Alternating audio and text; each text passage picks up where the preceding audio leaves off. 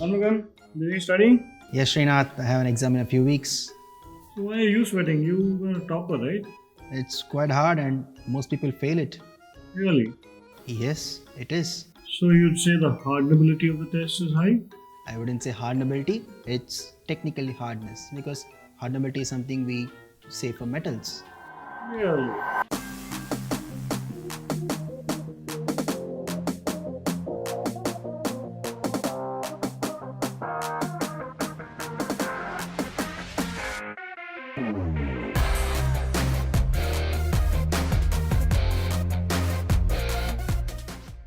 Hey guys, welcome back to SkillLink.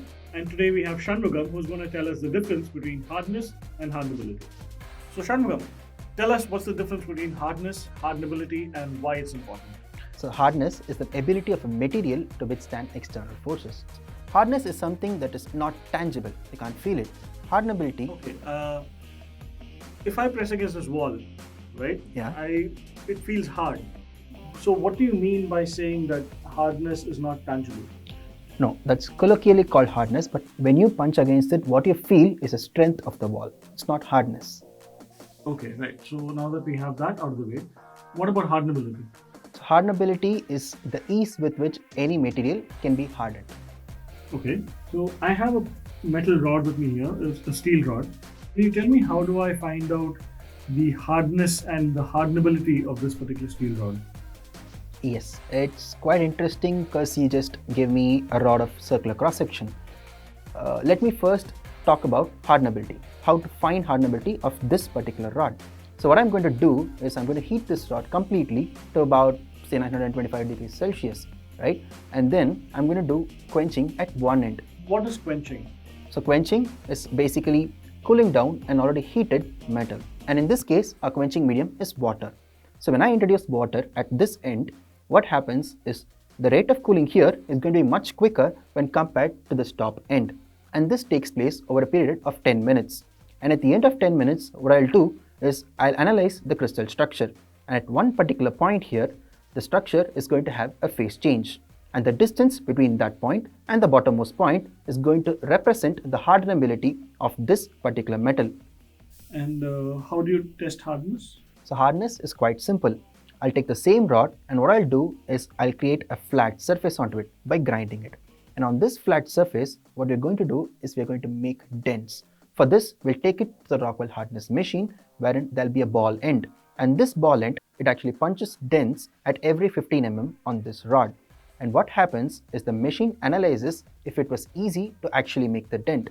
And if it wasn't, it gives a lesser number, else it gives a higher number.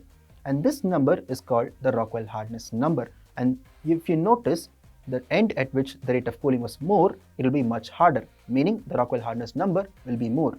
And the end which had a much lesser rate of cooling will have a much lesser Rockwell hardness number. Okay, so what if I take this what if I take this steel rod and I heat it and cool it, heat it and cool it, heat it and cool it repeatedly? Will it become harder and harder? So what you mean to ask me is what happens to it if you keep on hardening it. So what happens is, yes, it becomes harder. The hardness actually increases to a point beyond which the material actually loses its ductility and it becomes easy for me to break it, meaning it becomes more brittle. So you mean to say its strength will reduce? Meaning it will become more hard and brittle. It will lose its ductility. There's a lot of difference between strength and ductility. Okay, and what's the difference between strength and ductility? So strength is the ability of a material to withstand fracture. Ductility, on the other hand, is the ability of the metal to be pushed to its point of fracture. Okay, now clearly we've been using a rather small rod to understand the differences between hardness, hardenability, and strength.